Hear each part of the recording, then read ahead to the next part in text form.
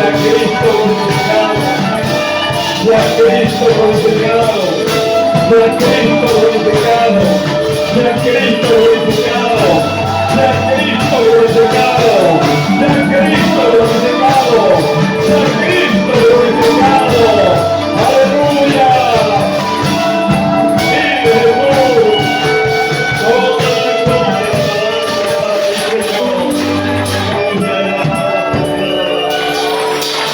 Toda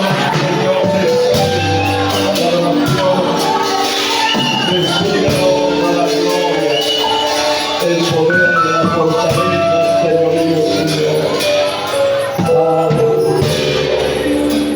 Gloria a Dios. Santo Señor. La diferencia la hace el Espíritu de Dios. Y está aquí, ¿sabes? Y está aquí para bendecir. Está aquí para hacer grandes cosas. Eso va a depender de nosotros. Él siempre está dispuesto a bendecirnos. Definitivamente. Pueden sentarse por un momento, hermano. Vamos a dar la introducción al mensaje que vamos a hablar hoy. Definitivamente. Me llama la atención algunas cosas que sucedieron en la palabra de Dios y que nos enseñan que definitivamente. Uno es de que cuando en los albores de la historia, cuando Caín y Abel fueron a presentar la ofrenda delante del Señor. Algunos dicen que lo que hizo la diferencia entre Caín y Abel, la ofrenda de Caín y Abel, fue que Abel agarró y la sangre, ¿no? Y Dios había determinado que era la sangre del cordero. Sin derramamiento de sangre no se hace remisión de pecado. Entonces, como Abel trajo sangre, entonces Dios lo aceptó. Y como Caín no trajo sangre, entonces Dios no lo aceptó. Bueno, no sé, la palabra implica de que fue la actitud con que se presentaron los dos. Una actitud bien equivocada, definitivamente. Y quiero decirles, bueno, que la actitud es muy importante delante del Señor. Por toda la Biblia lo vemos. Hay varios pares de hermanos. Usted ve la actitud de Jacob y la actitud de Esaú. Jacob, un hombre realmente sujeto a sus padres en la casa, y Esaú pues, era un hombre que quería vivir su vida como él quería. Y a la mamá le desagradaba, a los padres les desagradaba eso, pero más que todo a la mamá. Al final, ¿qué pasó con Esaú y Jacob? Jacob tomó la bendición, a pesar de ser el más pequeño, el menor. Con cuestión de actitud, definitivamente. Cuando Jacob le propone cambiar la primogenitura, él dijo, al fin y al cabo yo me voy a morir, para que yo necesito eso. Actitud. Entonces, así nos pasa a nosotros también. La Biblia dice que estas cosas están escritas para nuestra condición, nuestro consejo. Y algunas veces venimos ante el Señor con una actitud errada, equivocada. Algunas veces lo hacemos porque andamos enluchados. Algunas veces lo hacemos porque estamos desorientados completamente. Pero Dios siempre premia la actitud. Dice, entrar por su puerta con acción de gracia. La actitud. Me voy a presentar delante de Dios con una buena actitud, porque es a Dios, es al Señor. Me voy a entrevistar con el Señor. ¿Ve? Y nutremos esto de una manera muy sencilla. Cuando vamos a buscar un empleo, tenemos una entrevista. Si llegamos con la actitud equivocada, ya sabemos. El entrevistador dice, yo te llamo, quédate por ahí que yo te llamo. Y nosotros esperando la llamada y nunca llega esa llamada. Cuestión de actitud. Entonces, como seres humanos y como creyentes en el Señor, no debemos pasar por alto nunca de que cualquier alabanza, cualquier oración, cualquier cosa que vamos a hacerlo para Dios, tenemos que hacerlo con la actitud correcta. ¿Sí? O sea, la diferencia está en la actitud con que nosotros nos presentamos delante del Señor. Aquí no, siempre lo decimos, no vamos a cansar de repetirlo. No es cuestión de saber demasiado, es cuestión de que nuestro corazón está siendo tratado por Dios. Empezó a ser tratado por Dios el día que levantamos nuestras manos, le entregamos nuestro corazón al Señor, ahí empezó el proceso. Pero déjeme decirle que eso no se va a detener hasta que usted parta o partamos para la presencia del Señor o Él venga por nosotros. Ese es un proceso, definitivamente. Yo voy a leer un salmo, pues, que hace tranquilo allí sentadito. Que Salmo 126.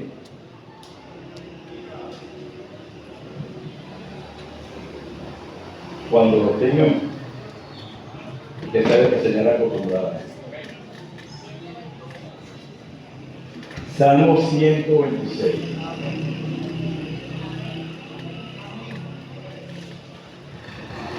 Dice así: cuando Jehová hiciere volver la cautividad de Sión, seremos como los que sueñan.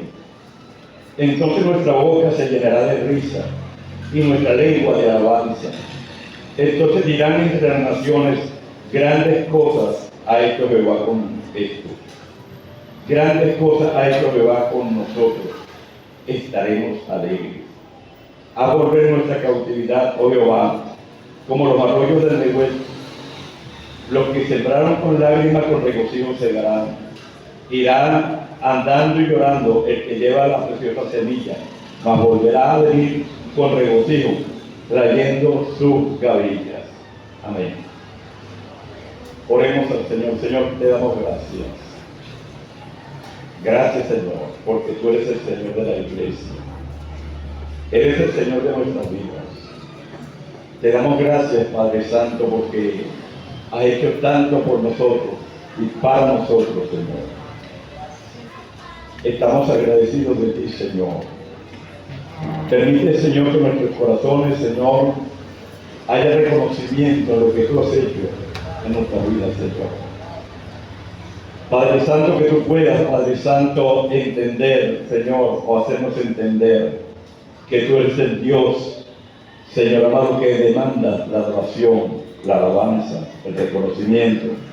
No porque te haga falta, Señor, sino porque nosotros somos, Señor amado, los bienaventurados, los destinatarios, Señor, cuando realmente tributamos adoración y gloria y honra a tu bendito nombre. En esta tarde, Señor, hemos leído tu palabra, mi Dios. Queremos pedirte, Señor, que tú, Dios del cielo, envíe tu palabra, Señor, y que tu palabra corra y sea glorificada, mi Dios. En el nombre poderoso de Jesús. Amén, Señor, y amén. Gracias, Padre. Gloria a Dios. Todo con enseñanza. Todo con enseñanza. Hay actitudes de nosotros, seres humanos, que nos perjudican tanto, definitivamente, y que amerita la corrección, ni siquiera de parte del Señor, de nosotros mismos, tomando la voluntad que el Señor nos ha dado. La palabra de Dios habla y dice: todos conocemos la historia de Israel, todos la conocemos. Uno más profundamente que otros, pero todos conocemos la historia del pueblo de Dios, el pueblo de Israel. desde los albores de la historia que el Señor hizo al hombre. Génesis 1:26. Y dijo Dios, hagamos al hombre. Después de haber hecho toda la creación, dijo, hagamos al hombre a nuestra imagen y a nuestra semejanza. Y que este ser humano señoree, ese fue el propósito de Dios. Uno de los errores del pueblo evangélico, entre muchos, es que creer que el Señor vino fue a resolvernos los problemas y que nosotros seamos felices para siempre. Pero el propósito del Señor no fue ese, aunque dentro de ese propósito muchas veces se cumplen las cosas del Señor. El propósito del Señor fue establecer un nexo con el hombre, establecer su reino espiritual al mundo físico. Y Dios le dijo, hagamos al hombre a nuestra imagen y semejanza. Y le vamos a dar comando, señoree sobre los peces del mar y todo lo que es toda la creación. Ese fue el propósito de Dios. En el capítulo 2, verso 7 del mismo Génesis, dice que Dios hizo un huerto y plantó al hombre en el Edén. Lo formó en el Edén. Entonces vemos que el hombre está creado y está formado. Y a partir de allí, Dios comienza a lidiar con el ser humano, a establecer relación. Y las mejores relaciones que Dios quiere tener con el hombre es comunión. Dios siempre ha querido tener comunión con nosotros, siempre. Y que nosotros somos los que hemos hecho separación entre Dios y nosotros. Pero Dios siempre se ha acercado al hombre. Dios siempre está interesado en buscar al hombre. Dios siempre está interesadísimo en que el hombre entre en el propósito eterno que Él ha tenido. El pueblo de Israel, en su historia nos dice de que en aquellos 490 años de monarquía, empezando por la época de oro de aquel pueblo, encabezada por Saúl, el rey Saúl, luego por el rey David y luego el rey Salomón. Una etapa de oro degeneró en una apostasía, definitivamente, en una gran división, en una tragedia para el pueblo de Dios. Pero no era la voluntad de Dios de que las cosas vinieran sobre ese pueblo. Era la consecuencia directa de la actitud que ellos habían tenido con el Señor. Desde la misma salida de ese pueblo, lo primero que hicieron, mientras Moisés estaba en el monte de Sinaí, lo primero que ellos hicieron fue hacerse un becerro de oro y enunciaron esto: oye Israel, este es el Dios que te sacó de Egipto. Imagínense usted, desde su, o sea, no habían terminado de salir de Egipto cuando ya estaban apostatando de la fe, ya estaban menospreciando a Dios. Esa es la historia. Dios ve la actitud y Dios advierte. ¿Cuántos pueden alabar el nombre del Señor? Dios siempre advierte, hermano. Siempre envía profetas, siempre envía su palabra. Y está de parte del hombre aceptar o rechazar. Pero no puede culpar a Dios de que Dios no le habló, no le advirtió. Dios advierte. Siempre habla. Y más habla en aquellos que están en autoridad. Le habla a los padres con relación a sus hijos. Y le advierte, les recuerda el cuidado que deben tener con sus hijos. Dios habla a los maestros porque están en autoridad. Dios habla a la gente que tenga autoridad, al presidente, a los gobernadores, a los alcaldes, etc. Dios siempre envía su palabra, pero va a depender siempre de la actitud con que se tome esa palabra que Dios envía. Usted ve las redes sociales y eso es algo terrible, es una constante lluvia de falsos profetas con profetas verdaderos, gente de Dios, gente engañada, etc. Y eso crea un estado de confusión aún dentro del mismo pueblo de Dios. Ahora bien, para eso el Espíritu Santo ha venido a nuestras vidas. La sentencia y la promesa es esta: cuando Él venga, hablando del Espíritu Santo, Él nos guiará a toda la verdad. Está de parte de nosotros crear una familiaridad, crear una relación, construir una relación con aquel que fue enviado para guiarnos a toda la verdad y a toda la justicia. Si lo hacemos así, estoy seguro que el Espíritu Santo nos va a ir guiando. La promesa, capítulo 2, verso 28 de Joel, hablando del Espíritu Santo, fue esta: y sucederá que en los postreros días derramaré mi espíritu sobre toda carne. Y miren cómo Dios va a hablar. Y vuestros hijos, vuestras hijas soñarán sueños, verán visiones,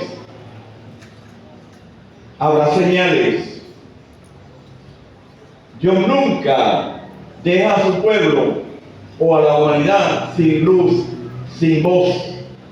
Dios siempre abierto, siempre envía su palabra.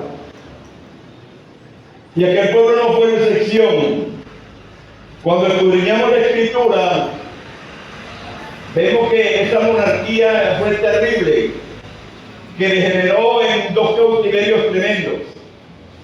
En el 721 a.C., Sargón II, rey de Asiria, vino y llevó cautivo a Asiria a las 10 tribus del norte, al reino del norte. ¿Será que Dios no había hablado a aquel pueblo de que lo que le venía a causa de su rebeldía, a causa de no escuchar a Dios o a causa de escuchar a Dios a su conveniencia? Allí estuvieron ellos cautivos. En el reino de Judá hubieron 60 años de apostasía durante el rey Manasés. Y Manasés, algunos dicen que se arrepintió, pero Manasés le hizo tanto daño a Israel y gobernó 60 años y fue apóstata, llevó el pueblo a la apostasía, a renegar la fe de Dios, a llevarlo por mal camino. Sin embargo, Dios seguía hablando y levantó a otro rey llamado Josías. Y Josías reinó como 52 años, creo yo. No sé si es la fecha exacta. Pero reinó una cantidad de años Josías. Y durante el reinado de Josías, Dios mostró su misericordia. Dios le dio una oportunidad al pueblo. Y dice que Safán consiguió el libro de la ley. Y lo consiguió, ¿usted sabe dónde? En el templo. Y todo el mundo se quedó sorprendido porque consiguieron el libro de la ley en el templo. Imagínense usted la calidad de devoción que ellos tenían por Dios. Habían abandonado todo. Pero Dios es un Dios de oportunidades. ¿Cuánto creen que Dios es un Dios de oportunidades? Y Dios comenzó una reforma a través de ese rey Josías, del buen rey Josías. Ahora bien, cuando el corazón del pueblo tiene una actitud equivocada, aunque se le hable la palabra que se le hable, aunque Dios envíe profetas, entonces cuando pasa eso, entonces Dios hace algo. Cuando ve la actitud incorrecta o una actitud solapada, entonces Dios le envía espíritu de estupor. Y el espíritu de estupor es que viendo no vean, escuchando no oigan. Y el objetivo está para que ni se conviertan en él y él no puede sonar. Sencillamente eso. Y cuando vinieron las reformas por el rey Josías, hermano, era una reforma que de fondo no tenían valor espiritual. De forma se veía que parece que habían algunos cambios, parece que el pueblo había entrado en una nueva onda, parece que el pueblo había entrado en un avivamiento, pero en el fondo el corazón estaba tieso, el corazón estaba duro. Y pasó el rey Josías y Dios levantó un profeta llamado Jeremías. Y Jeremías estuvo ministrando en ese pueblo durante 40 años aproximadamente. Porque Dios no quería hacerles daño, ni que ellos fueran para ningún lado, sino que ellos adoraran a Dios, que ellos se volvieran a Dios. Y mire lo que habla de Jeremías, usted lo conoce, yo lo sé. De Jeremías se habla y dice que cuando lo llamó al ministerio, Jeremías estaba reacio, y eso es normal, cuando Dios llama al ministerio y hay temores. Y Jeremías dijo que era un niño, o sea, en otras palabras, no tengo la edad para entrar en un ministerio. Y el Señor le responde, no digas que yo soy un niño, no digas que tú eres un niño, porque de cierto te digo que donde yo te mande, tú vas a ir. Y lo que yo diga que tú digas, tú lo vas a decir. ¿Cuánto puede ganar el nombre del Señor? Y Jeremías, Dios le advierte. Mira, Jeremías, el tiempo en que te toca administrar no es un tiempo fácil. Este pueblo está por ir al cautiverio. Este pueblo ya va a llegar la medida de sus pecados. Ya está llegando la medida de sus pecados. Háblale, a ver, 6:16 de Jeremías. Un mensaje claro. Y dice, paraos en los caminos. Paraos en los caminos. Y preguntad por ser la antigua. ¿Cuál ser el verdadero camino? Y andad por él. Y hallaréis descanso para vuestras almas. ¿Qué dijeron ellos? No andaremos. ¿De dónde salió ese no andaremos? Del corazón. Corazón endurecido. ¿Era un pueblo de Dios? Sí. Jeremías capítulo 15, creo que del verso 15 en adelante, no sé si es la cita, que Jeremías está ejerciendo un ministerio en contracorriente. Habla la palabra de Dios y tiene por seguro de que la palabra de Dios es fiel. ¿Cuántos creen que la palabra de Dios es fiel? Que la palabra de Dios es como martillo que quebranta la roca, como fuego que consume. Y él le habla a Dios y dice, Señor, tú sabes todas las cosas, tú lo sabes. Tú conoces cuál sea mi conducta en medio de este ministerio. Tú lo sabes, Señor. No sé si, creo que el verso 15. Sí, vamos bien. Y él le comenta a Dios y le dice, mire, yo no me engreí, o sea, no saqué pecho por ser un profeta tuyo. Aun cuando la palabra era fuerte, y de amonestación, Señor, yo no me engreí a causa de tu profecía. Cuando veía burladores, no les hice caso, me sentía aparte. Cuando veía que la gente se burlaba, fuera de mi familia o no de mi familia, fueran mis amigos o no amigos, fueran líderes de Israel o no líderes de Israel, que tuvieran esa conducta hacia tu palabra, yo no me senté con ellos. Sin embargo, me siento tan mal, Señor. Me siento tan terriblemente mal. Ahora júzgame tú, porque yo realmente te estoy hablando desde el corazón. Yo me imagino que Jeremías estaba derramando su alma allí. Es más, si acepto, Señor, que en algún momento dudé de ti. Me pregunté, ¿serás para mí como cosa ilusoria? Como aguas que no son estables. Ahí está el hombre derramando su corazón, un profeta de Dios en medio de una tormenta espiritual. Cuando se cayó, entonces llovió todo. Por tanto, así dice Jehová. Y yo le desnudo el corazón a él.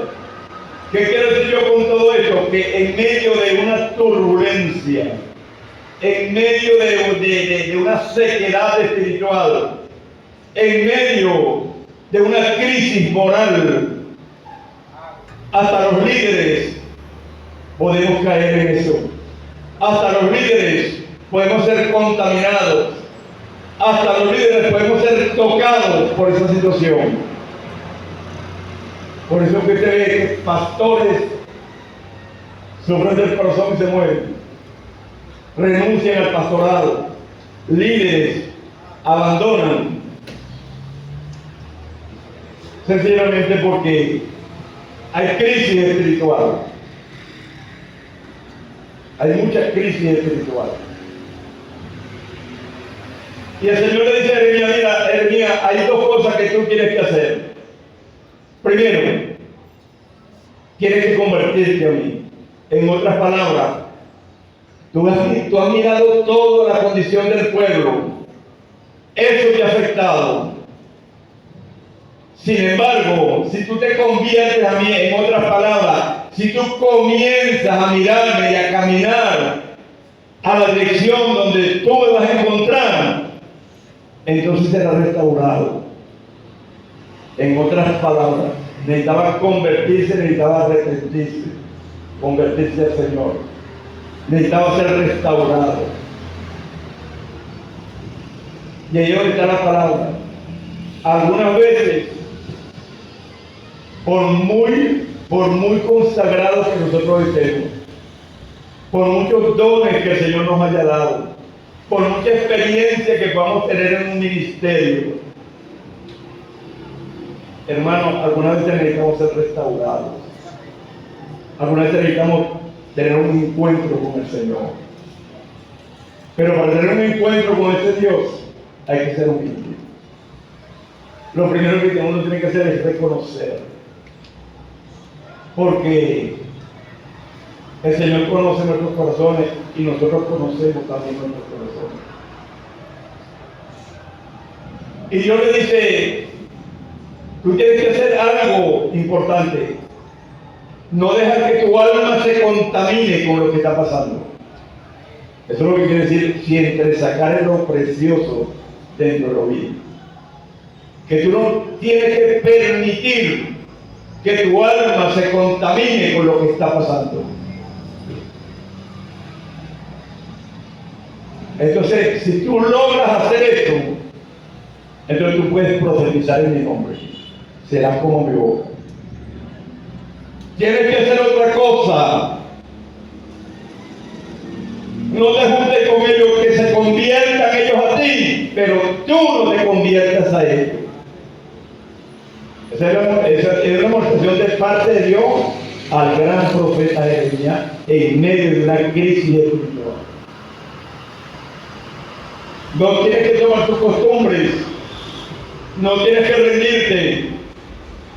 La fuerza tuya no te la da tu pueblo. La fuerza tuya proviene de mí, dice el Señor. Es más, yo me comprometo, dice el Señor, a ponerte como muro fortificado. Porque sé que van a venir pruebas, sé que van a venir luchas, sé que van a venir contra ti, pero no te vencerán, porque yo voy a estar contigo para defenderte. Gloria a Dios para siempre. Qué gran promesa en medio de una crisis espiritual. Pero hay que tener humildad, hay que saber escuchar la voz del Señor. Hay que saber escuchar la voz del Señor. 40 años aproximadamente este ministerio allí. Los últimos 4 reyes de Judá eran terribles. Joaquín, Sedequías, que fue el último. Su corazón estaba realmente torcido. Pero yo decía, yo soy el pueblo de Dios. Para mí no va a venir. Aquí no va a pasar. Cuando ya Dios había hablado, capítulo 25 y capítulo 29 del mismo profeta de Jeremías. 70 años de cautiverio. Lo voy a llevar allá a Babilonia. Y después de los 70 años despertaré en ellos mi buena palabra. Necesitamos ser disciplinados. Necesitamos ser tratados por Dios para que volvieran sanos de la idolatría. Usted dirá si eso se cumplió o no se cumplió. Cuando el rey de Sedequías, el último rey de Judá, lo agarraron, le mataron a sus hijos y le sacaron los ojos. Imagínense usted. La tercera condición. La palabra de Dios viene como alerta. Nosotros estamos en tiempos bien difíciles. Estamos en tiempos cuando nuestro país está asediado. Nosotros no sabemos qué va a pasar. Nosotros no sabemos si aquí va a haber una guerra y muchos van a morir. Nosotros no lo sabemos. Lo que sí sabemos es que la última palabra la tiene nuestro Dios. Eso lo sabemos. Y que aquel enemigo del norte, ese hombre tan agresivo, tan soberbio, también sabemos que Dios resiste a los soberbios y da gracia a los humildes. Eso también lo sabemos. ¿Cuántos pueden alabar el nombre del Señor? Pero ese es cuando el pueblo se humilla. Acabamos de tener una fiesta entre comillas, la beatificación de yo no sé quién, yo no sé cuándo. Usted y yo sabemos por la palabra de Dios que eso no es bíblico, que eso está en contra de la palabra de Dios. Pero si el pueblo lo dice, hay que sujetarse a lo que es el pueblo. Pues hay que sujetarse de manera global, pero en mi corazón, el que está sentado no es cualquier santo, es el santo de los santos, y su nombre es Jesucristo. Esa es la conciencia que nosotros debemos tener. Esa es la conciencia que nosotros debemos tener. Que venga lo que venga, nuestro Dios tiene la última palabra. Para el Señor no es nada decirle a los barcos: fuera de aquí, fuera de aquí, fuera demonios, fuera de aquí. Pero ¿qué es el pueblo? Y cuando digo el pueblo de Venezuela, pero dentro del pueblo de Venezuela, el pueblo de Dios. Clama a Jehová y el Señor los escucha. Clama a los justos y el Señor los escucha. El domingo escuchamos una predicación que decía: este pobre clamó a Jehová y Jehová lo oyó y lo libró de todos sus temores.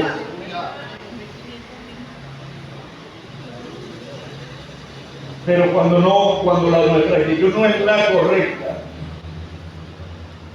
si yo no estoy a la altura del hombre que Dios necesita para pastorear esta iglesia, o si el liderazgo no está a la altura para liderazar en esta iglesia, pues esta iglesia va a sufrir. Con toda seguridad va a sufrir. Y los líderes de Israel no estaban a la altura. Los sacerdotes no estaban a la altura. Los profetas, falsos profetas, no estaban a la altura, con excepción de Jeremías y Habacuc. Dios quería hacer algo. En el capítulo 29, verso 11, Él habla y dice: yo sé los pensamientos que tengo de ustedes, pensamientos de bien y no de mal. Dios pensaba bonito para ellos. Dios piensa bonito para ti. Dios tiene las mejores intenciones para ti. ¿Cuál es tu actitud delante de la palabra del Señor?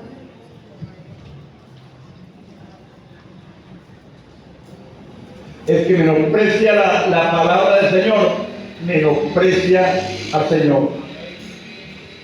El que menosprecia la palabra de su papá, menosprecia una bendición, una persona de autoridad. El que menosprecia la palabra de su mamá o de sus padres, está menospreciando algo vital. Porque primero se menosprecia la palabra de los padres, luego vienen las consecuencias, y las consecuencias se multiplican.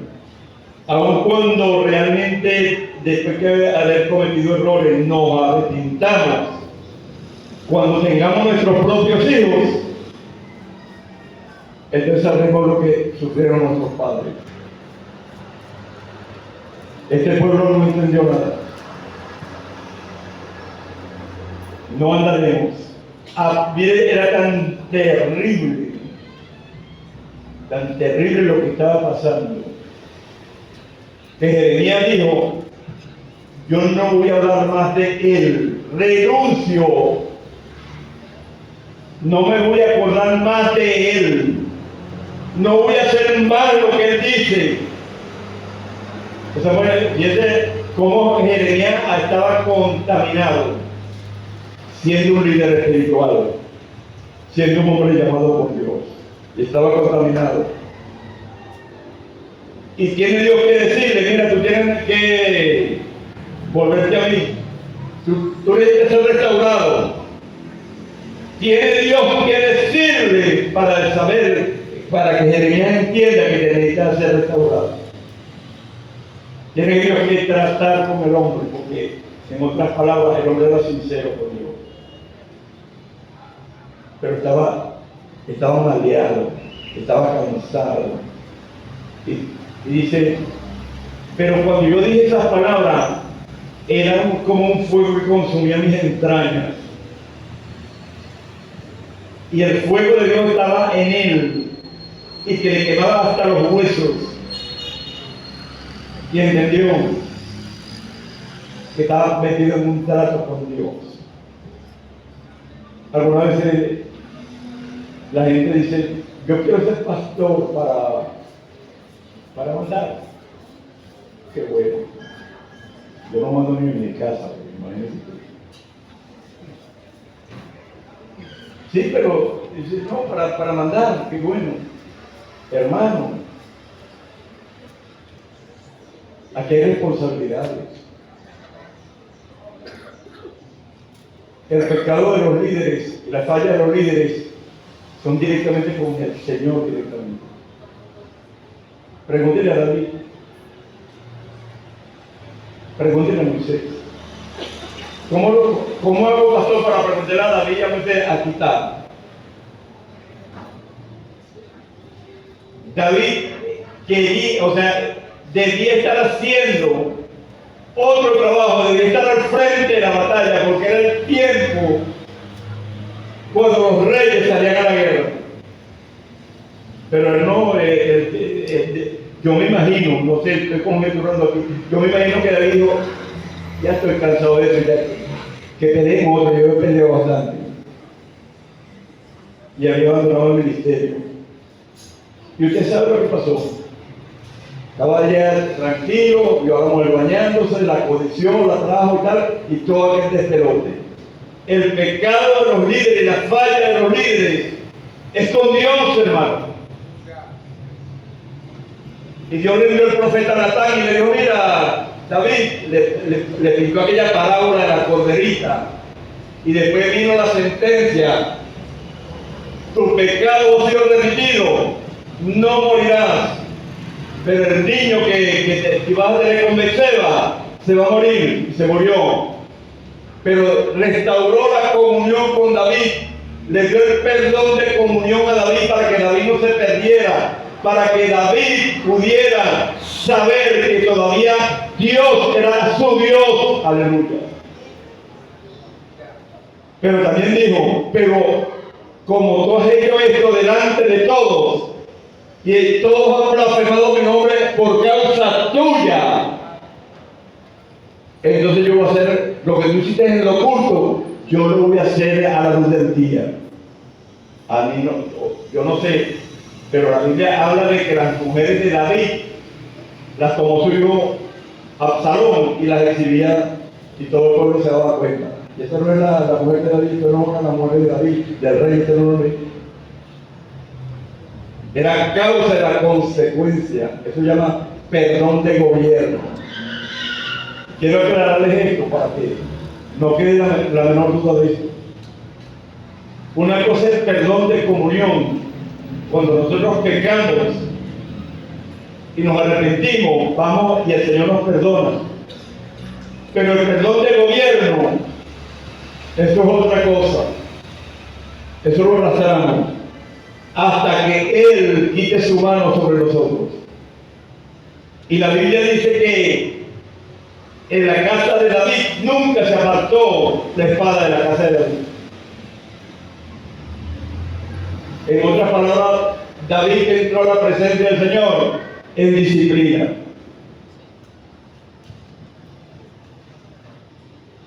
Le fue otorgado el perdón de comunión, pero el perdón de gobierno nunca lo recibió. Pregúntele a Moisés. Esto es algo serio. Esto es algo serio. Esto es algo que es desde arriba, del cielo. Esto es algo personal con Dios, el Dios de la gloria. Moisés, cara a cara con Dios. El Pentateuco. Grandes batallas. Sin embargo, cuando Dios le dio un mandato que le hablara a la peña por segunda vez, él estaba tan obstinado, tan cansado, tan contaminado de lo que pasaba con el pueblo, que en vez de hablarle a la peña como Dios le había dicho, fue y le pegó a la peña. Y eso equivale a crucificar de nuevo a Jesucristo. La peña murió una sola vez. Cristo murió una sola vez. Dice, y aparecerá por segunda vez sin relación al pecado. ¿Y qué le pasó a Moisés? El Señor dijo, por cuanto no me representaste bien delante del pueblo, tú no vas a entrar a la tierra prometida. Lea su Biblia a ver si entró. Y la Biblia se le da el lujo de decir con lujo de detalle que era de 120 años con mi hermano. 40 años en el palacio, 40 años en el desierto, 40 años lidiando con esta gente para perderse la bendición. Dice, sus ojos nunca se oscurecieron y era un hombre que tenía vigor todavía para entrar en la tierra prometida. Y por causa de darle rienda suelta a sus sentimientos, a sus emociones, a lo que él sentía, y dejarse contaminar por el pueblo, no entró en la tierra prometida. ¿Se aclaró nuevamente? Varón, eso es para el Antiguo Testamento. No, hermano, es para el Nuevo Testamento también. No ha pasado por su Biblia. Cuando dice el capítulo 7 del libro de Mateo, que el Señor termina el sermón del monte, que el Señor dice, muchos venirán en aquel día. ¿Cuál día? ¿Cuál día? Muchos vendrán en aquel día. Señor, profetizamos, predicamos tu palabra. Señor, en tu nombre echamos fuera demonios. Y el Señor, yo nunca los conocí a ustedes. Oye, esto es como para hacer los pelos de punta uno, ¿sabes? En aquel día, yo me imagino que en el día del juicio, el día que el Señor venga.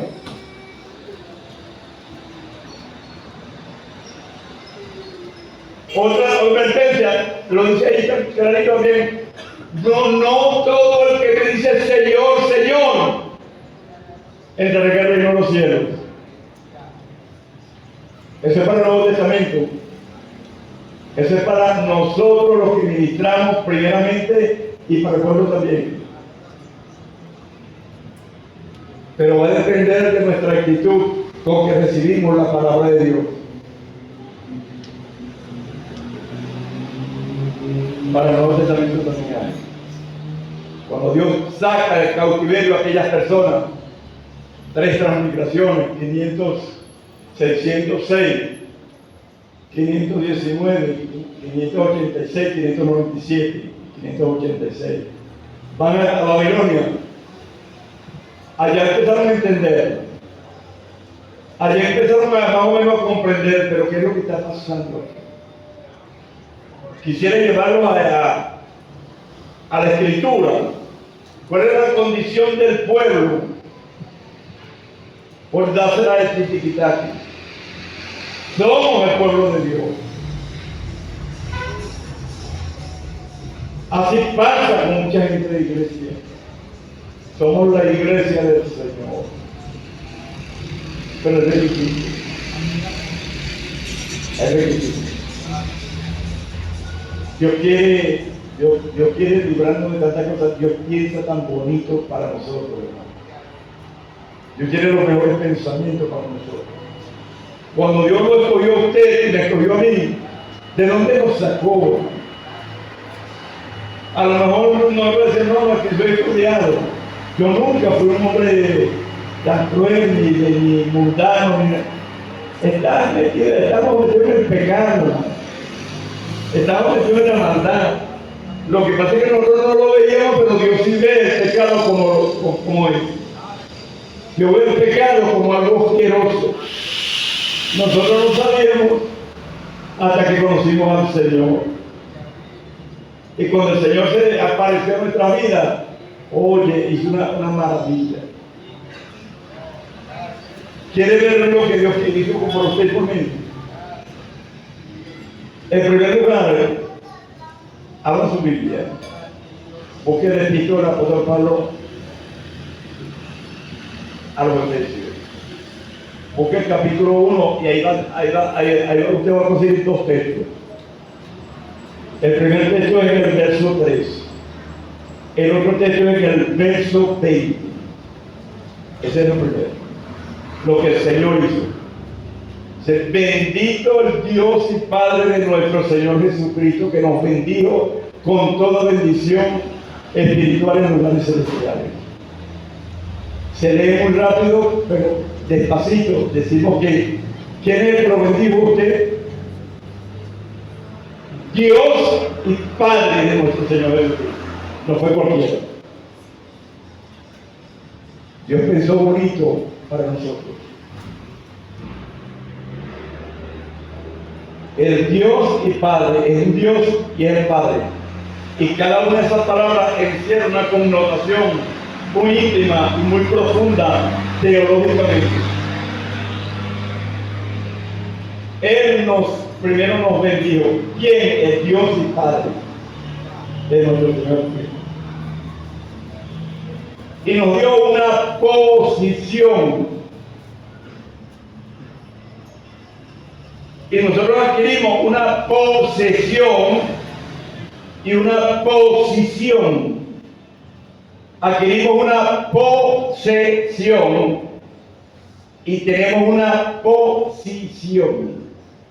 Y mientras la iglesia no entienda la posición que el Señor le ha dado en lugares celestiales,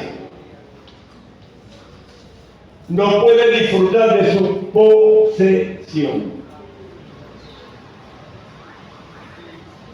Quiere traer a esta esfera, al mundo físico, las cosas que solamente se tienen que ministrar en el área espiritual, lugares celestiales, los depurados.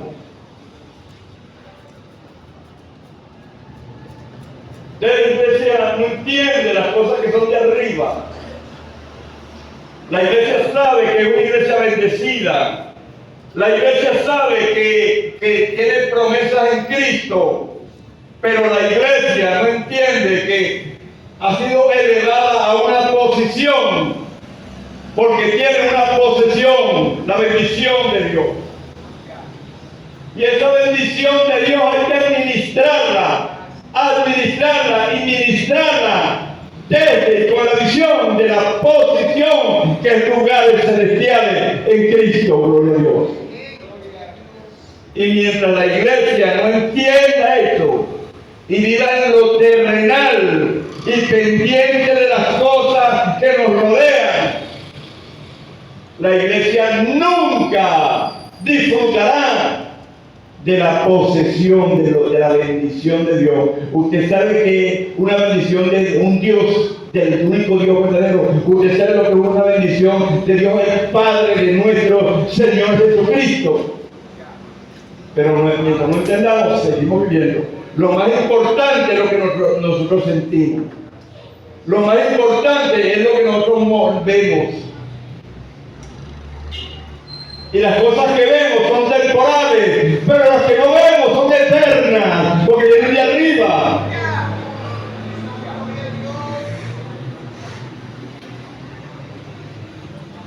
En segundo lugar, en el verso 20 del capítulo 1, usted va a ver de que Dios piensa tan bonito de la iglesia, de nosotros, que la iglesia habla y dice que el Cristo resucitado, el Cristo exaltado, Dios lo ha puesto como cabeza de la iglesia. Y la cabeza es la que dirige a la iglesia. Y la cabeza es la que le da las instrucciones al cuerpo que es la iglesia. Pero mientras la iglesia no entienda su posición de quién es, tiene un Cristo batimental. Y Dios quiere mostrarnos al Cristo vivo y verdadero que vive y resucitó entre los muertos y vive para siempre, hermano. Eso es lo que la iglesia debe entender. O usted está así que es un evangélico. Tiene una posición, una posesión. Tiene en su poder las armas. Pero no lo entiende. Como no lo entiende el pueblo de Israel. La iglesia tiene una cabeza y no cualquier cabeza. Una cabeza que es exaltada. Por lo cual, iglesia, dice la palabra, por lo cual Dios le dio un nombre que es sobre todo nombre, para que en el nombre de Jesucristo se doble toda rodilla y toda lengua confiese que Jesucristo es el Señor, para la gloria de Dios el Padre.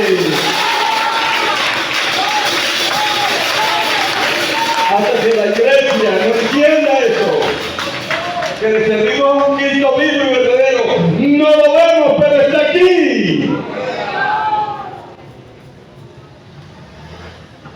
No va a poder disfrutar de su posesión si no entiende su posición. Ahora, ¿cómo llegó a hacer esto?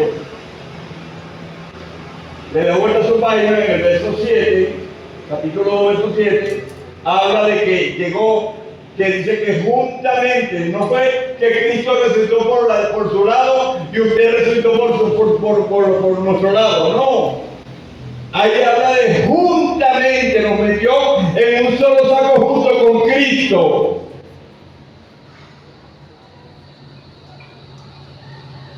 Y hasta que la iglesia no entienda el poder que encierra la resurrección del Señor, se perderá de una bendición. Juntamente con Él nos resucitó y nos hizo ascender. ¿A dónde? A la posición, a lugares celestiales. Cuando, hermano, ¿qué nos pasa a nosotros? ¿Qué es lo que nos pasa a nosotros? ¿Usted cree que esta carne se pudre? Esta carne hiere. ¿Qué le pasa a usted o qué le pasa a mí? Como ser humano que andamos todo encopetado y todo es yo. ¿Qué nos pasa a nosotros? Aquí el que tiene la gloria, la honra, el poder, se llama Jesucristo. Él es el que da valor a nuestra vida. Pero no, yo soy así. ¿Qué le pasa a usted, hermano? ¿Usted no ha entendido la naturaleza de la nueva vida que Cristo le dio? ¿Cómo se entiende esto? Volvemos al capítulo 1, del 15 en adelante, habla una oración.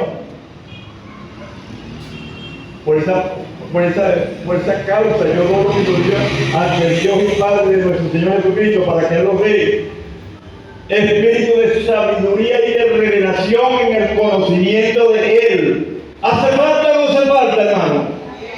¿Hace falta espíritu de sabiduría y revelación en el conocimiento del Señor? ¿Hace falta o no hace falta? Yo creo que hace falta. Porque estamos muy secularizados, hermano. El Señor quiere ministrarnos, el Señor quiere darnos llevarnos a un nivel, darnos a entender, hermano, así como los corintios, el apóstol Pablo llegó y dice, hermano, yo fui vosotros, pero no puse a hablarlo como espirituales, sino como carnales, como niños en Cristo. O sea, beber leche y no beber la. Imagínese usted, cuando usted escudriña la carta a los corintios, usted ve la riqueza que hay ahí, principalmente en el capítulo 2. Hermano, usted dice, bueno, menos mal que la leche no vianda. Ahora, ¿qué no iba a traer el apóstol Pablo a esa iglesia? Y esa iglesia, por causa de su carnalidad, no recibió lo que el apóstol Pablo, o el Señor a través del apóstol Pablo, nos traía. Ellos estaban envanecidos en los dones. Examinemos, hermano, para que usted vea que la iglesia está envanecida en puros dones. Nada de vivencia, nada de lo que es carácter del Señor. Puro dones. Yo sé cantar, yo sé tocar, yo sé predicar, yo sé enseñar, yo estudié, yo estoy en la Universidad de Franqueque. Bueno, estudio donde usted quiera. Pero aquí una cosa es el estudio secular y otra cosa es el estudio por revelación del Señor.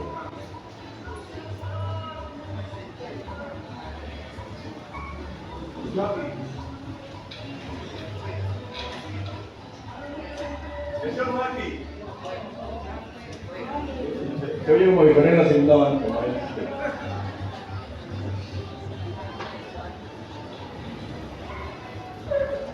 Busque 1 Corintios capítulo 2. En el verso 9 en adelante.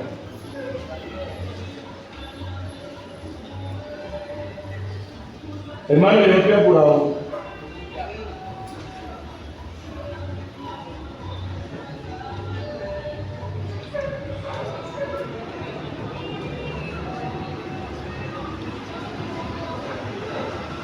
El apóstol Pablo le explica a ellos y dice, antes bien, cosas que ojo no vio, ni oído escuchó, ni han subido al corazón de hombre, son las que Dios tiene preparadas para quién. ¿Cuántos aman al Señor? Entonces es para ti. Pero Dios no nos las reveló a nosotros por el Espíritu Santo. Eso es como para menospreciar. Mire la esencia. Antes bien, cosas que ojo no vio, ni oído escuchó, ni siquiera el hombre ha pensado nunca en ellas, no subió el corazón de hombre. Son las que Dios tiene preparadas para los que le aman. Pero Dios nos las reveló a nosotros por el Espíritu Santo. Ahí tenemos lo que llama una posesión. Entonces vamos al otro verso, dice, creo que es el verso 12. Para que sepamos lo que hemos recibido de parte de Él, que no hemos recibido el Espíritu del mundo, sino el Espíritu de Dios. Pero ¿qué decía el apóstol Pablo? Decir, para que ustedes sepan lo que han recibido de parte de Dios. ¿Qué necesidad tiene el Señor de repetir nosotros aposento para que tú sepas lo que has recibido de parte del Señor? Pero si hace falta, hay que repetirlo.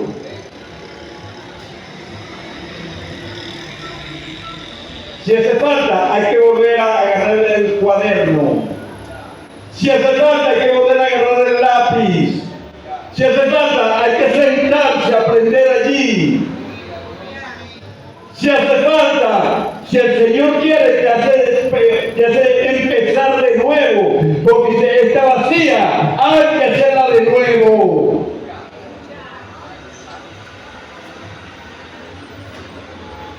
Usted tiene peroles en su casa viejo, un vaso viejo, una taza que le falta un pedacito y algunos que le falta de asa y tal. Sí, ¿saben de lo que estoy hablando? Ah, no, yo creo que aquí había pura gente de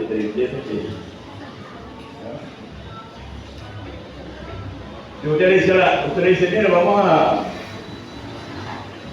vamos a sacar esta vasija, esta taza. No me la botes, sale la doña por allá, no me la botes. Le falta un pedazo. La comparación es que así hay vasijas en la iglesia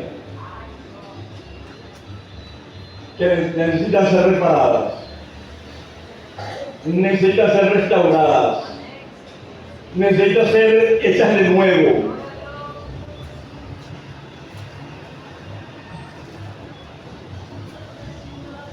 Tan sencillo como eso. Pero como la vasija es tan altiva, no quiere. No. ¿Bien? Bueno, no quiere que te repare, muy bien. Pero no sé si en el tiempo bíblico, bueno, el alfarero volvía a hacer la masa y volvía a repararla, o sea, había hecho una vasija nueva. Pero yo lo que trato de decir a la iglesia es que a lo mejor el Señor quiere restaurar, pero a lo mejor el Señor quiere hacer de nuevo. Uno no sabe, pero usted sabe, yo sé. Yo sé cómo está mi vida. Yo sé si necesito ser restaurado o hecho de nuevo. No lo sé.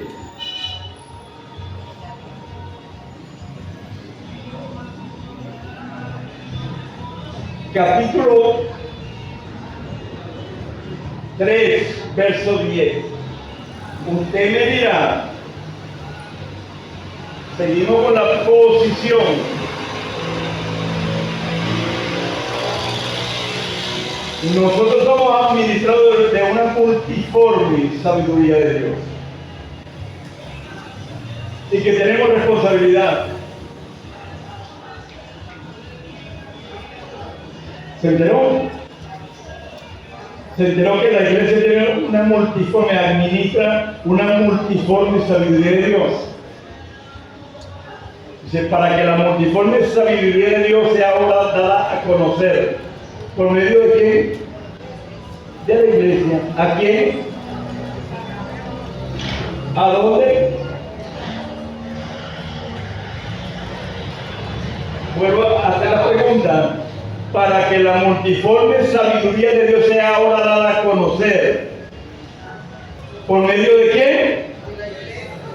¿A quién?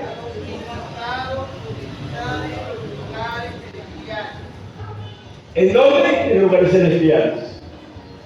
Eso quiere decir que la iglesia tiene una proyección en otra dimensión del Espíritu. Y que la iglesia pretende ministrar y administrar las cosas de la dimensión del Espíritu en esta carne, con este comportamiento, con esta carnalidad y con todo este tipo de cosas. Hermano, así no es. O el Señor nos hace de nuevo, o nos restaura, no sé qué va a pasar aquí. Porque nos ha sido una posesión, porque tenemos una posición. No entendemos la posición, no podemos disfrutar de la posesión.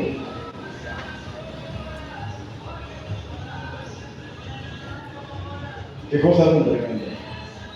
Aquel pueblo también decía. Entonces ve allá en Babilonia, tenían esperanza, tenían aquella esperanza. Les hacía falta el templo de Jerusalén, le hacía falta el culto a Jehová, le hacía falta las cosas espirituales. Oye, si le hacían falta, entonces eso les creaba una esperanza. Es cuando se escribe este salmo, cuando Jehová quiere volver la cautividad de Sion. Cautividad. Ya en esa cautividad ellos no tenían libertad, ni siquiera para adorar a Dios. En esa cautividad no tenían libertad para moverse como ellos querían. Y cuando digo no tenían la libertad para adorar a Dios, no era porque se lo prohibieran, sino porque no tenían la fuerza espiritual a causa de la desobediencia que tenían. Eso se llama cautividad. Aplicando esto en nuestra vida, algunas veces no tenemos libertad de adorar a Dios. ¿Por qué? ¿Por qué? Yo siento gozo en mi alma, gozo en mi alma.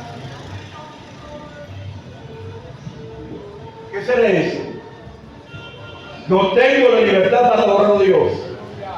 No tengo la libertad para predicar la palabra de Dios. No tengo la libertad